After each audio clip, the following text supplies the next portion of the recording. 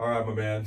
So, Let's do this. Glenn, thank you so much for jumping on, brother. We were just chatting. Absolutely. We were just chatting about this workout you did this morning, which Yeah. is ridiculous. The fact that you did that and you're still down to doing the podcast. So I really Oh appreciate man, this that. is I mean, the harder the workout, the better it is.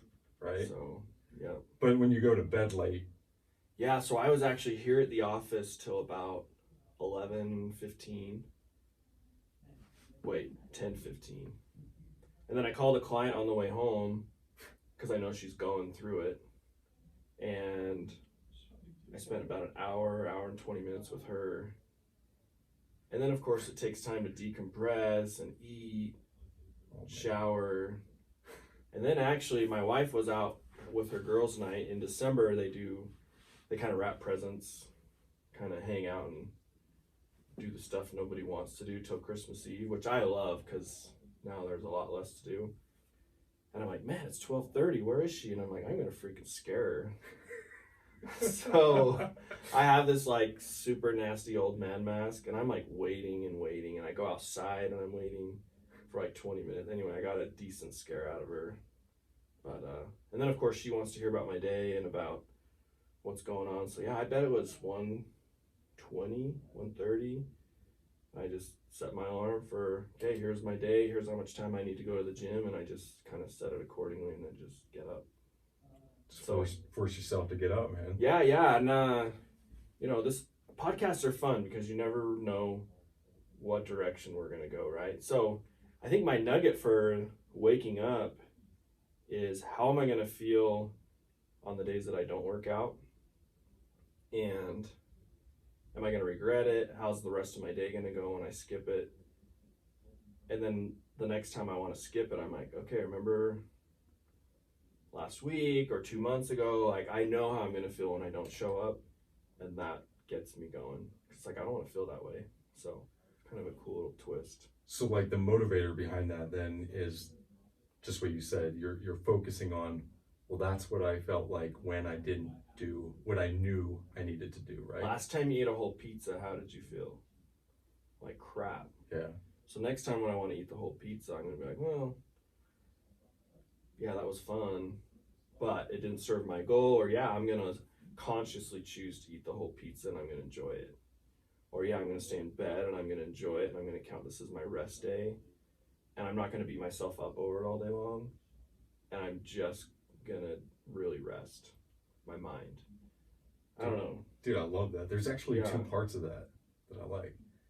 I'm going to make the conscious choice to enjoy it. See, I think most people just go right to beat myself up. Exactly. I didn't do what I wanted to do, beat myself up. Instead of being like, I slept in, I'm going to enjoy the rest of this moment. Yeah, and then when the rest of your meal plan serves a rest day, you're not eating a regular workout day's meals, because now you're going to go lower carb. You're going to go higher fats. You're going to play out the rest of the day like a rest day. And maybe you do active rest and you get outside and you go do a hike, you go do yoga, you go for that bike ride, you do what you really love, and it becomes an active rest day now, and it still serves your goal. But yeah, the trick is being primal and just reacting and being a wuss and just, cowering, or are you consciously going to choose it, accept it, and then have a strategy where you can actually make it propel your day, and that's a cool place to work from. Absolutely, man. I'm loving this. We've kicked it off. We haven't even No, we haven't even. Yeah, whatever, usually I'm whatever. like, tell me about yourself, man. Yeah. We'll just jump. Let's straight. just jump in, Let's man. jump. Yeah. Why not? Yeah.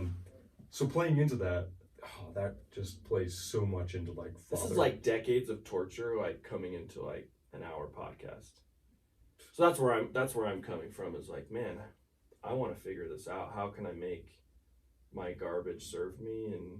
And so, yeah. So what was that aha moment though? Most people aren't like that, brother. Like honestly, most people don't have the ability to understand that I'm either self-sabotaging, or B, like those things haven't served me, therefore I'm not going to do them again. And all of this relates into fatherhood, which I just dig. But how did that, have you been like that since a kid, or how'd that kick in, man? No, I've pretty much, I'm going to be a little hard on myself, but I've quit a lot of things.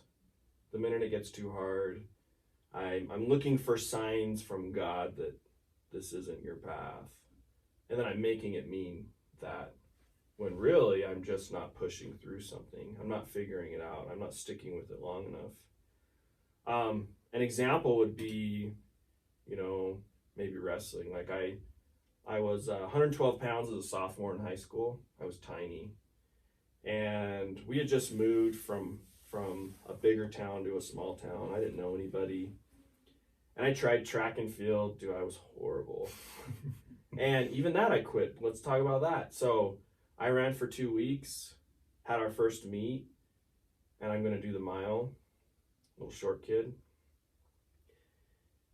And dude, there's some high school kids that got wheels. Oh man. I mean, they're running 4.5s maybe. I don't know. All I know is out of like 30, 40 guys, I finished third from last. But the positive is I ran the fastest mile I've ever ran trying to keep up. I ran a 5:46, and it was the first time I'd ever like competed. But dude, to be competitive, how far I would have had to go was just too much for me mentally. I quit. So I'm like, well, what else can I do? I'll try wrestling. That seems hard. You know what I mean? And I got into it. I really, really loved it. I think I was okay at it for never growing up with it. Of course, I'm wrestling all the coaches' kids who have been wrestling their whole life, and in my head, I'm like, I can beat them, and I'm sure they were just playing with me, like letting me get close, but full control. Do you know what I mean? Yeah. And so my junior year, I ended up quitting, and I ended up just snowboarding a ton, and I found a lot of growth there, but I still quit. Like, I always wonder, what could I have done as a senior? I put on like 45 pounds. I was in the gym. I was eating better. I was angrier. Like, I wanted to hurt people. Not in a bad way, but like I was becoming more aggressive. And I quit, and I quit. So. And do you feel that was kind of based off of that? Like the mental pushback from giving up and knowing that you had more in you that created that anger? Or what do you think that was? No, I think, so you're asking kind of for where's the plot twist at? And in my head, well, I'm like, there's still too many more things I quit. And wow, I wasn't really planning on going this dark and deep this fast, but man, I had a gun in my hand on a Christmas Eve once. And that was probably the plot twist. Like, you're going to quit life? Like, and, I had a lot of crap going on in my head, a lot of victimhood, a lot of self-sabotage, a lot of blaming, a lot of quitting, man. And, I'm having these crazy thoughts like, dude, end it. Like, let's be done. And let's make them hurt like they've hurt you. And,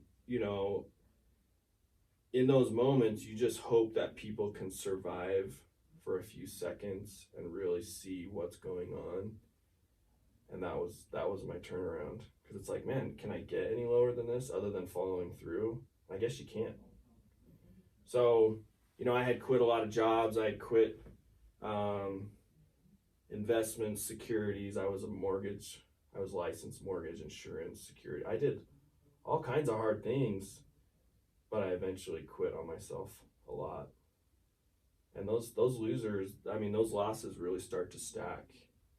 And eventually you just have to stop quitting. So let's talk about it, if you don't mind. Yeah, we can go anywhere you want. Yeah, man.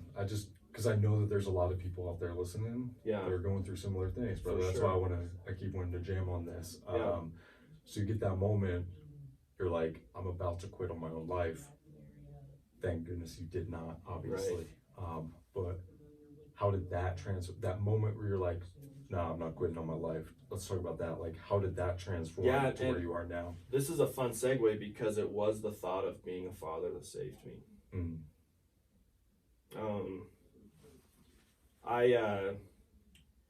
I'm really, one thing I have been good at and maybe to my own demise, but I've avoided making a lot of dumb choices by going down the road through where those choices will lead me, past the fun, past the excitement. Um, and I'm like, man, if I do this, how are they going to live their lives knowing their dad quit?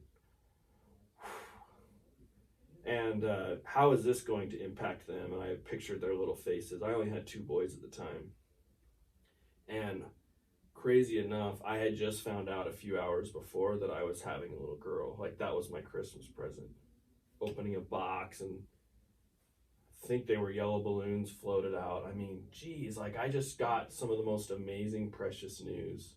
And bam, I was right back in the dark. And it was the thoughts of my kids that really, really saved me. Is how's this going to impact them?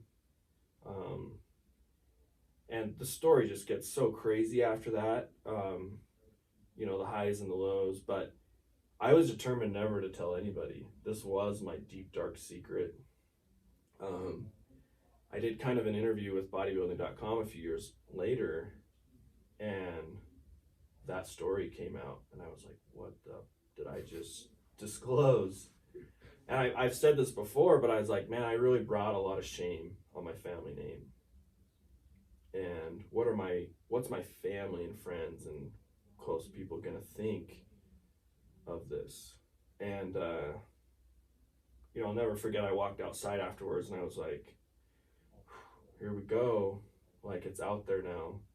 And it was one of those, like, the clouds part and the sun hits you in the face moments, and I just felt so much relief. Like, the burden was gone, and nobody knew about it. But I had this thought come into my mind. It's like, man, if this helps one other dude, like, get through the moment and come out ahead of this, dude, totally worth it. Totally worth it. And I really felt like that was God. Like, dude, it's all right. Like, so anyway, that was probably in June. The story didn't get aired till December. And I just went on with my life, forgot that I had disclosed like this crazy thing. Yeah. And they sent me the link, and they're like, oh, we're excited to blast this. So I sent it to my wife and my friends and my family, excited. And I wasn't even thinking that I hadn't told anybody yet. Not even your wife at this point? Not even my wife. Oh, man. So she found out with everybody else. And now that I look back, of course I feel horrible.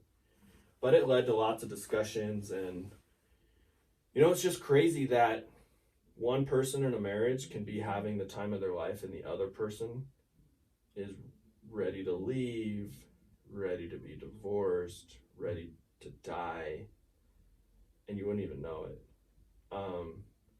And so, that has been, kind of the catalyst to me recognizing that I've been the problem for 10 or 12 years, because it's all about my thoughts that are producing how I feel and how I show up in the marriage.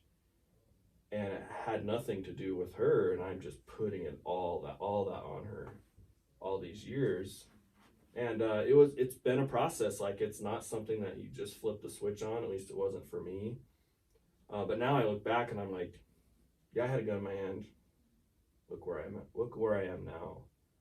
Like, I really have, never been happier with just experiencing life, which is the ups and downs.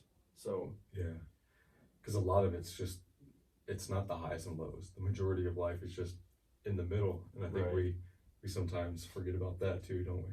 Yeah, I think we have I know for years I had I'll be happy when, someday when, someday when, someday when, and that was one of the realizations I really had to come to, is that if I keep delaying whatever it is, I couldn't express it at the time. Of course, I have other people's words to bank on, where it's like, if I'm delaying my own happiness until I arrive, I finally get that truck, but now I need bigger wheels and tires.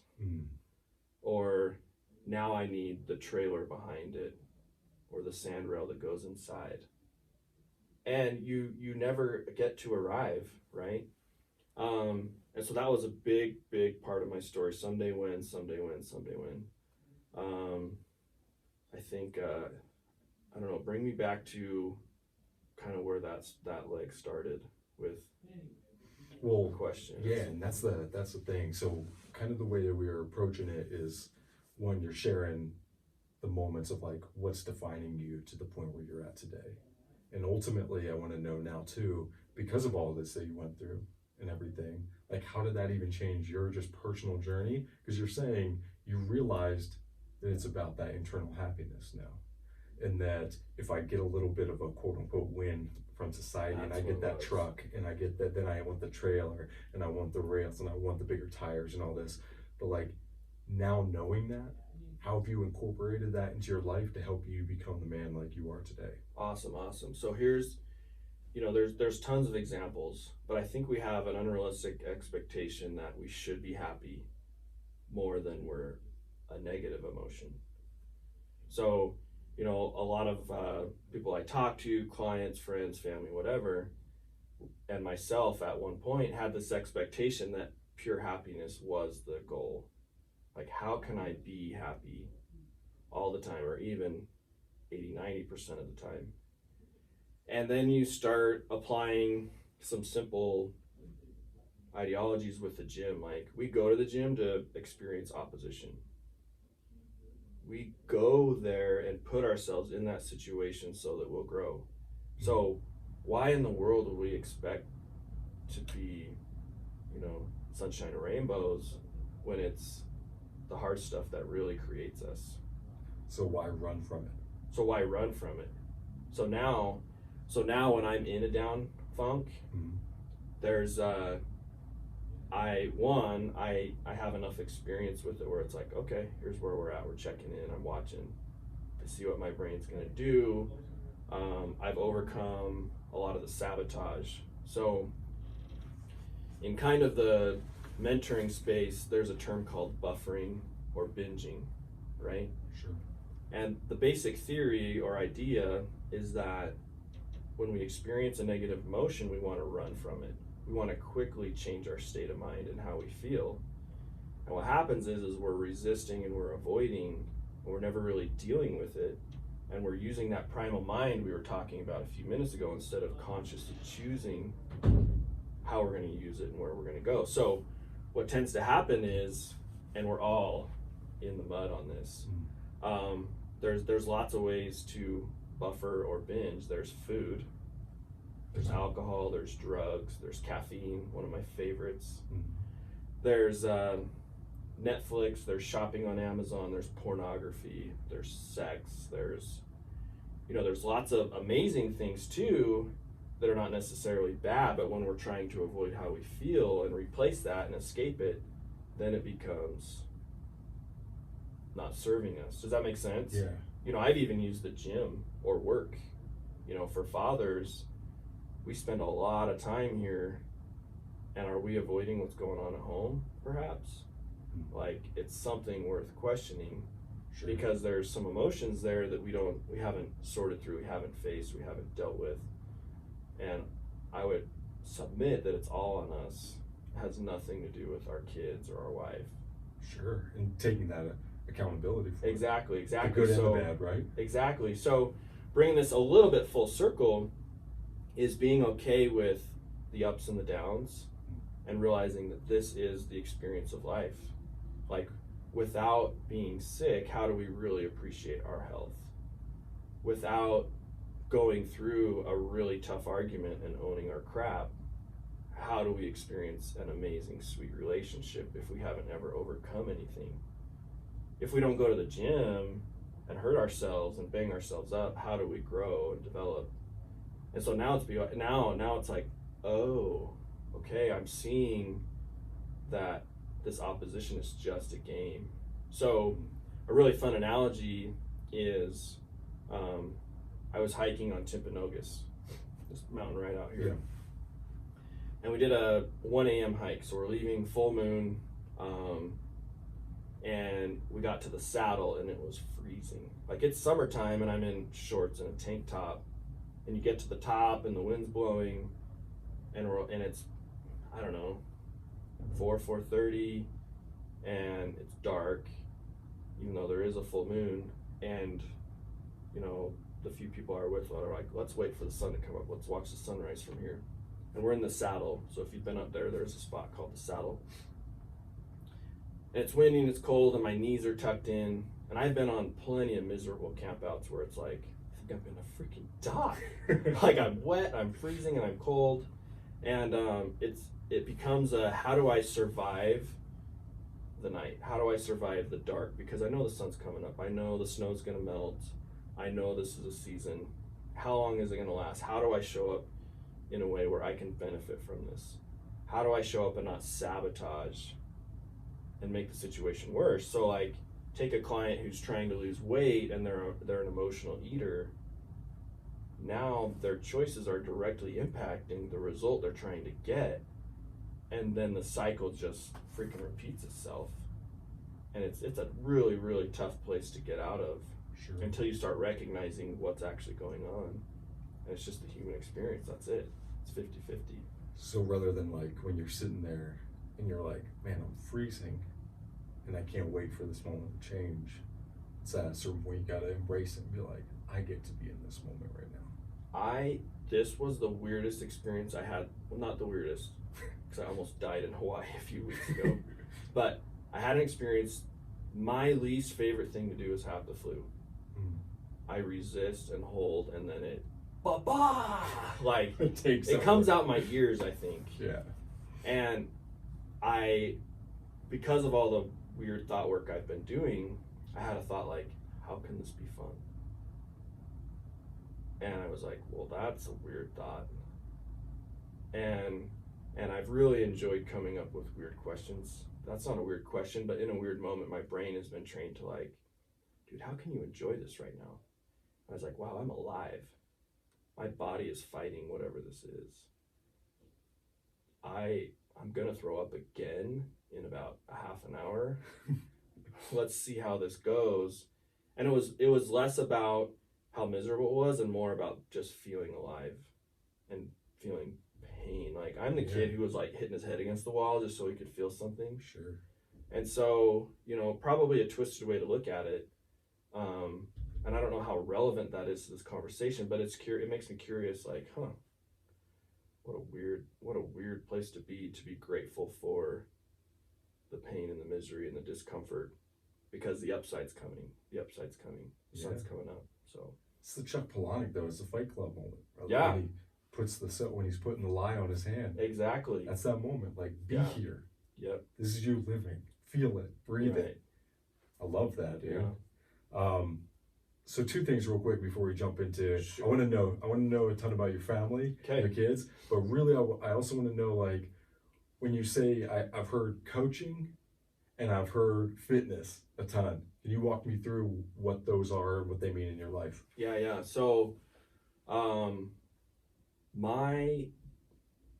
few years ago, I had hit this low point, and I was like, man, go back to the gym. Like, you feel good there, you kind of know what you're doing, but it's a safe place. Like, you can experience growth, and progress creates happiness has been one of the mantras I somewhat stole it from Tony Robbins. Progress is happiness. I like to be empowered and create it, So I went back to the gym, and I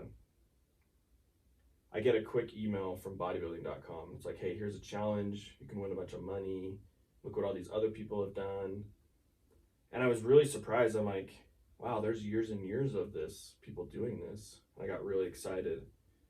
And I went to the gym and I was there for 5 hours, and I wasn't working out. I was like envisioning my future. And I had never in any way I've been able to produce some pretty weird things, motorcycles, like the exact rims on a motorcycle that are over, like just weird stuff. I'm like, whoa, like I got a taste of what the mindset and manifesting was, but I could never produce it in a big way. And so I'm like, man, I just started thinking about all the people in my life who had had an impact on me. And I thought of my weight training coach, Coach Newberry, and all the Metallica we listened to in high school, and how my first bench max was 135 pounds, and I was just pumped.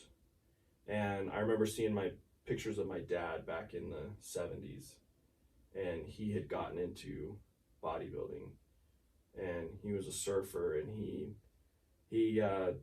just had a rockin' body. And I'd look at those pictures as a kid and be like, that's freaking He-Man, look at him.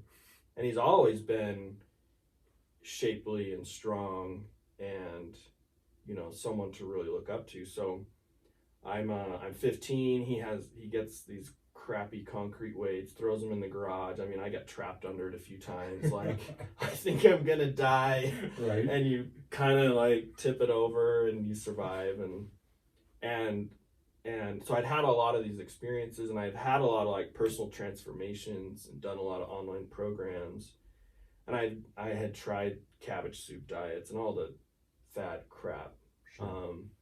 And I get this email and I'm like, wow, is this possible? Like, could this be a break for me? I go all in. I even hired a really successful trainer to guide me through it, and I didn't win.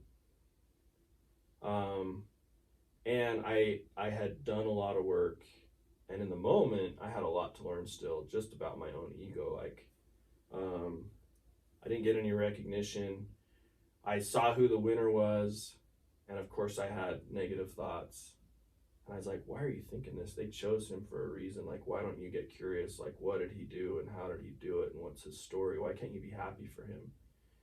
And so instead of joining the negative crowd, I was like, dude, let's party. Like, this guy just changed his life. And, as most diets and programs go, you go back to your routine. I had a hernia issue. I had carpal tunnel in both hands. So I got both of those fixed October, November, and then I had ear surgery, and then the holidays were here, and I was worse off than I was the year before again, Yeah. right? And so I'm like, well, I know the challenge is coming up, and I'm like, I'm gonna do this for me. Like, I'm gonna wreck this thing. And I again went back to a vision, and this time though it was different. Like, I pulled all the wreckage from my life and I put it into that, 12 to 14 weeks. One of the really cool stories. It was February. It was a Sunday. And one of the things that as fathers I think we need to do is recruit our kids to like a bigger purpose, or involve them in a story, involve them in the heroics of a family, I don't know, mission maybe.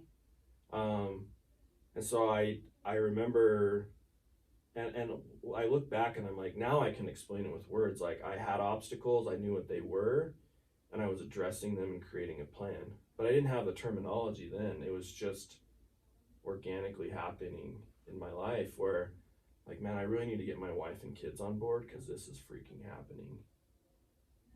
And I sat them down and I said, hey, look, your guys aren't going to see me for about 3 months. But when I'm here, I'm thinking of you, right? So, like, this is happening. Like, it's crazy to say you're gonna do something, and then when other people's actions still have to choose you, like in this case, and it all comes together, it's like the most surreal, wild experience. So anyway, it's a Sunday, and I'm like, let's go look at trailers. I wanted an enclosed trailer so bad because we had a couple dirt bikes. They're in the way in the garage all the time. They smell like gas, and we have a fridge and some food in the garage. And so my wife's just, that's not her jam. But it's my freaking garage. So Yeah. anyway, it's not. So we go there and we pick out the nicest, biggest one. And I'm like, we're coming back here and we're going to buy this thing. And it was just really cool as a father, and scary too, to pronounce something that seems so impossible, and then to have it come to fruition and let your kids see something bigger And, you know, my kids are saving money, they're working, they're buying golf carts, and, you know, my son bought his own Xbox, and he waited all year to buy it on Black Friday so he could save. I think the one he wanted was $450. He got it for 200. I'm like, see, I freaking told you. Like, Yes. wait, be patient, save your money. And I didn't want him to buy an Xbox. I'm not a gamer, but I'm like, if this is what he wants to do, like, he needs to taste, like, you know, not to be weird, he needs to taste the blood. Like, he needs to taste the kill and have an experience where he gets the fruit of his labor. So, anyway, so I'm one of my. So back to how does all this fitness stuff play into it? There was, you know, roughly 60,000 people in this contest, and I ended up winning the overall male. Is this year number 2? This is the second time I had tried it. Dude, So it sorry to interrupt there. Like No. you overall male. overall male winner. They gave me $100,000, a trip to Boise, and just a whole new experience with life. And at the time, and there's weird cycles that come out of that. Like, after the party was over, I was down in the dumps. Like, that was the highlight of my life, I guess.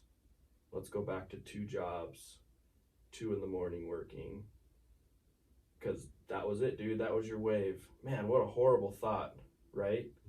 And that was a hard pill to swallow. I had a lot of haters, you know, just like I had dealt with the year before.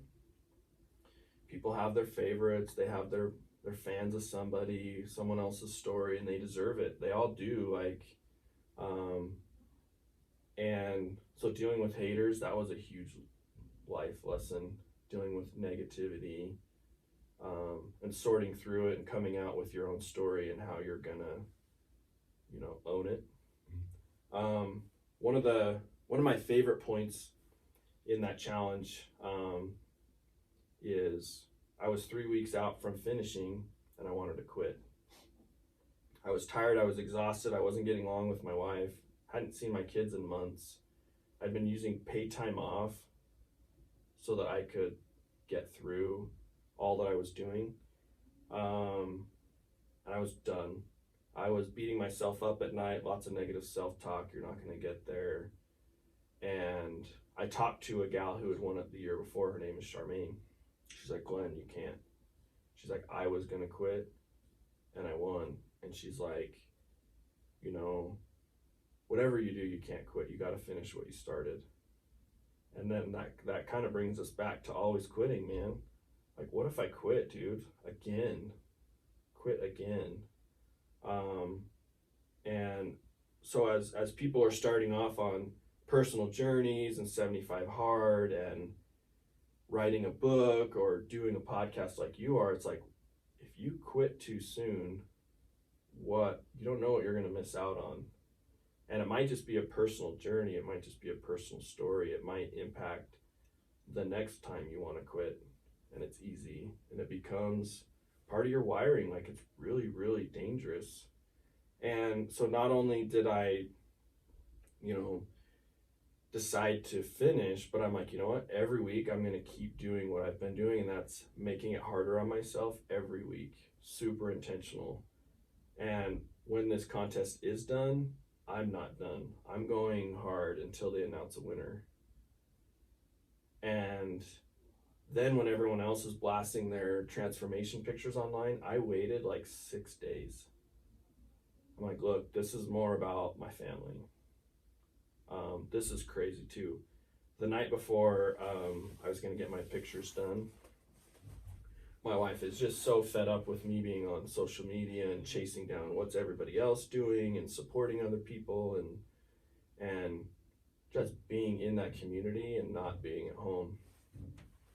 And she's like, hey, you know, I think I'm done. She's like, I'm done supporting this. You can go on your own because this is all about you anyways. And I was like, oh my gosh. So I you know, that's the softer, nice version, right? But I told her that night, I'm like, look, if you don't go, I'm not getting my pictures. I'm not finishing. Like, we're either finishing together or we're not. And I'm like, I'm okay either way. I really was.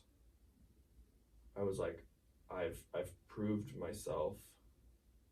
And but that being said, if you're not with me and the kids aren't with me, like, I know I've screwed up and I've been not here, but it's had its purpose.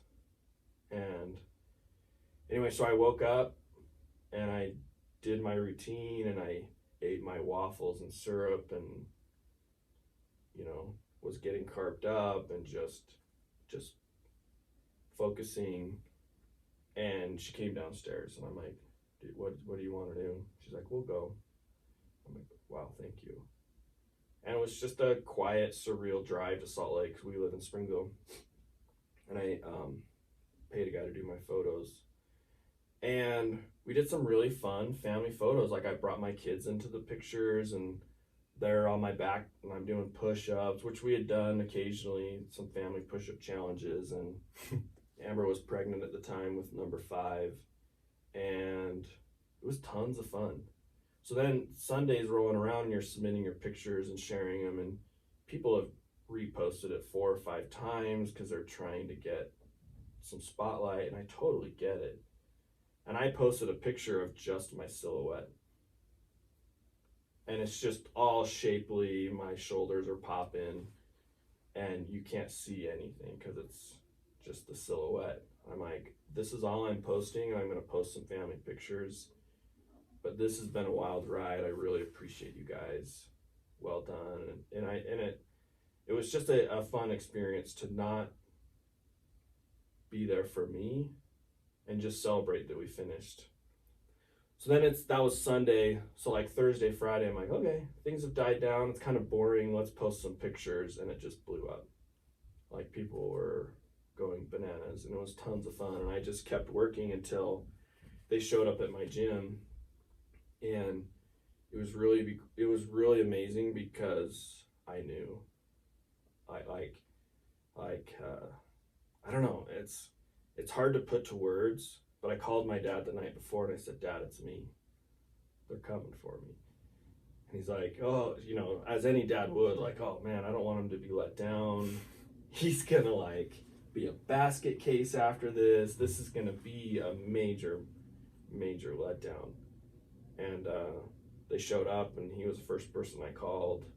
And it was just so cool. It was just so incredible to have a journey like that. And I realized that maybe the epic paycheck is not a reality for everybody, but if we can somehow involve the emotions that it's going to take to really change, like that's where I love getting people to with their own vision in their own life, because then the emotions are there that are going to stir the actions to produce those massive results.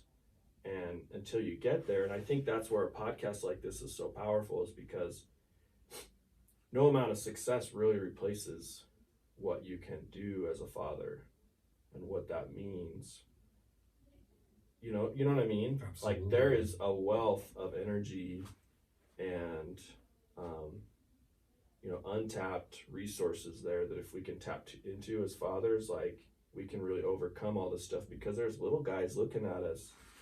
And as you and I maybe were talking outside, it's like it's sad to see when, as parents, we're telling our kids they can do anything they want, and yet we've given up on our own life and we're just trying to avoid pain. We're trying to avoid the human experience. We're trying to avoid risk. We're trying to avoid all the things that bring the progress.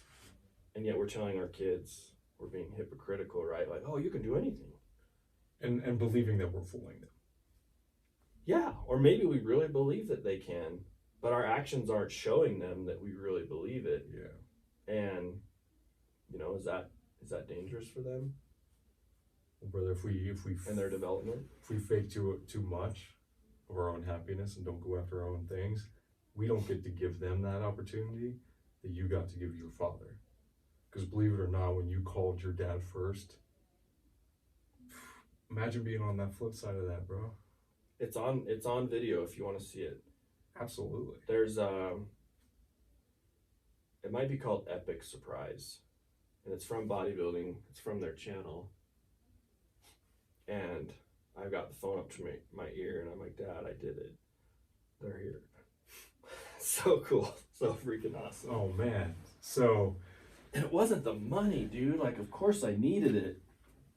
But, dude, to set out on a journey and say you're going to do something and then do it, oh, man, that was just the most empowering thing. I went home later that day and the noise settled down.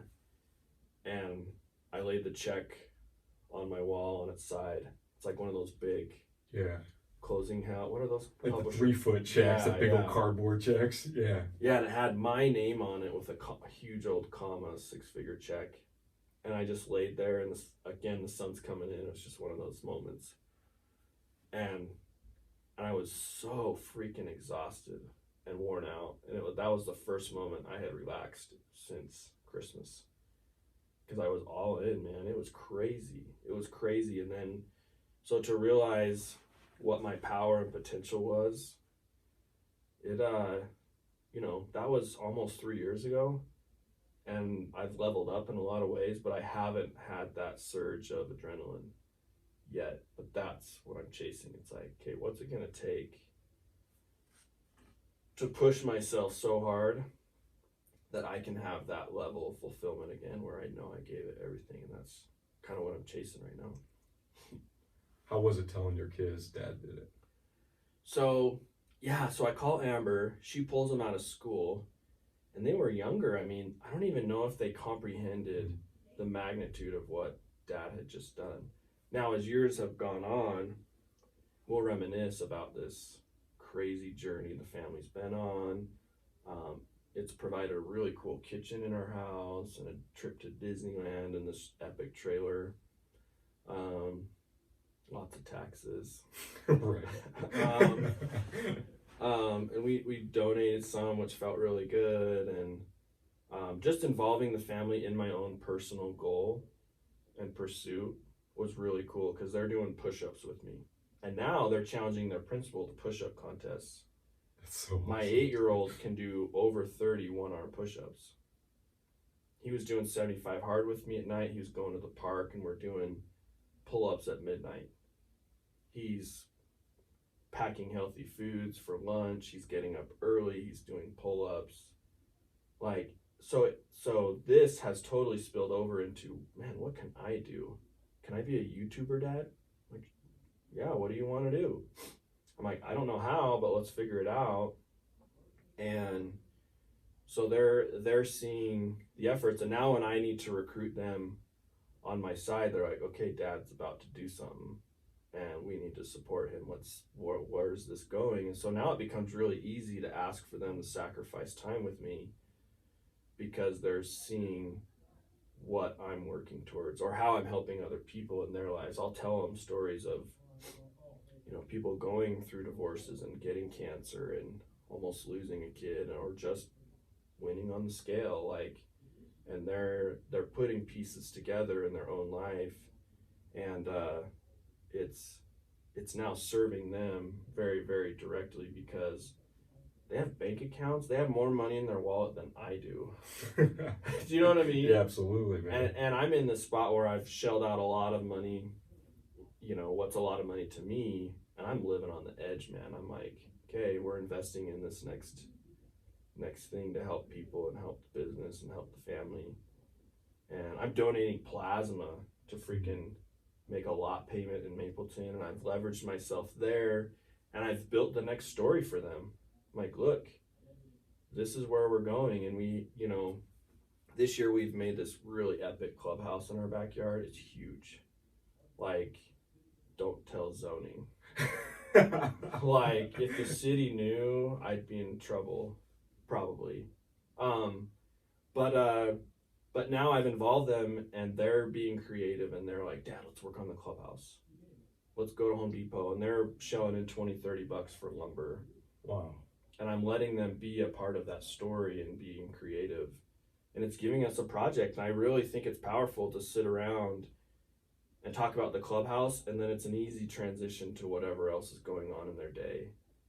And they're seeing how much work and effort it takes, and that things do take time, and that's where the fun is the building. It's not so much having a clubhouse that you can watch a movie in. It's, dang, we've been out here lots of Saturdays building this thing. So Because it's back to the journey, brother. yeah, it's back to the journey and somehow putting you in the story so that you can show up like a hero would, like a superhero would. Like, superhero faces these problems, he's got these weaknesses and obstacles, he's even got enemies. And we love the movies, and we love athletics, and we love the story, and then so the challenge then becomes creating your own so that you can get this massive action and get all the juice out of all the suck. You know what I mean? Absolutely, man. So it starts to fuel itself, and I think all of us can start with little goals. We can go for the big scary ones, and a really fun nugget to think about is, what am I going to have to learn along the way to get to that goal? So the bigger and the scarier the goal is, just know you're going to have to face a lot more. And so when you are facing it, you can start telling yourself, this is just part of it. This is what I'm here to learn, so that I can start behaving and performing like the guy who needs to perform to acquire or reach that next level. So, And see, the best part of all this is the fact that you're showing and doing this with your kids. yeah. So like you said, when you're like, hey, dad's doing this, they're on board. They're not questioning, is dad really doing this? They're Dad, like, where are you? When are you going to be home? yeah, they're like, no, dad said he's going to do this, and this is when we're going to do it, and Right. we're on board, and we're moving along. And I'm not perfect. There's nights where I am here too late, and I know it. I'm not being effective with my time. One of the unique things my dad said to me as a kid when he would mess up as a dad, and kids are really forgiving, and we can take advantage of that, right? As fathers, it's like, they'll be all right. And so one of the things he said with me that really came out in my own parenting was, Glenn, I've never been a dad before.